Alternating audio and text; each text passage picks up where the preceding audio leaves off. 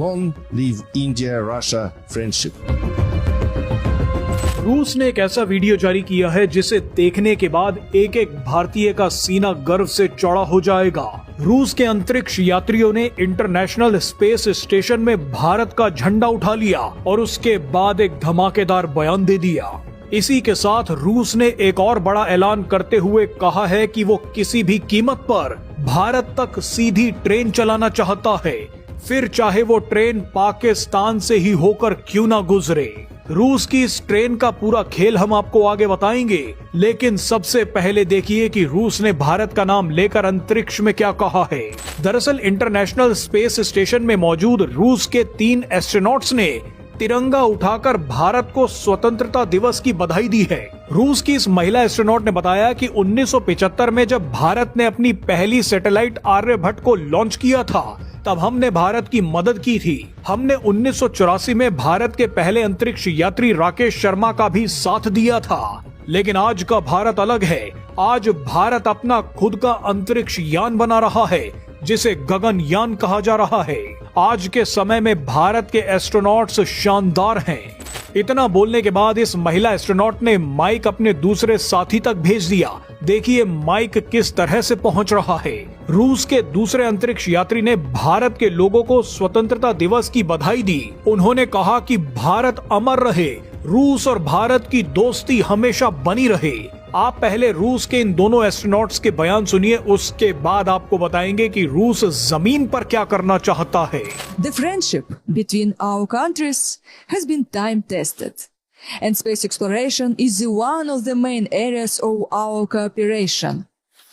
It started with the launch of the first Indian satellite Aryabhata in 1975 and followed by the flight of the first Indian cosmonaut Rakesh Sharma in 1984. Today, India creates its own main spacecraft, Gaganyaan. In this surrounding, we are delighted to extend our heartfelt congratulations to the friendly people of India on their Independence Day. We wish them peace and prosperity. Let the dreams inspire future generations to achieve new victories in the exploration of outer space. Long live India-Russia friendship. बहरहाल अंतरिक्ष में भारत को अपना सच्चा दोस्त बोलने वाले रूस ने जमीन पर भी एक तहलका मचाने वाला प्लान जारी किया है। रूस ने भारत के सामने एक डायरेक्ट रेल लिंक का प्रस्ताव रखा है। प्रोजेक्ट काफी चुनौतीपूर्ण है, लेकिन रूस रिस्क लेने के लिए तैयार है।